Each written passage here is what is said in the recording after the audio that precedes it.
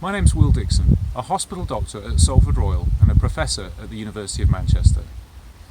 In 2016 we ran a national smartphone study to investigate the age-old belief that weather influences pain. We asked people to track their symptoms using a smartphone app and then use the GPS within the phone to pull their local weather data. The study was called Cloudy with a Chance of Pain. It launched in January 2016 following appearances on the BBC. In the first week, over 6,000 people had joined, and by the end of the year, over 13,000 people had taken part. Every postcode area in the UK had at least one participant, and in total, over 5.1 million symptom scores were tracked, with 1 in 7 people entering data nearly every day for 6 months or more.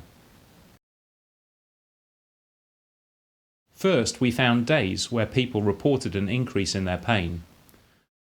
We then compared the weather at this time to the weather on days where they didn't have an increase in pain. Relative humidity had the strongest link to more painful days. Low pressure and higher wind speed were also linked, but to a lesser extent. Although temperature wasn't associated overall, cold days could be more painful if they were damp and windy.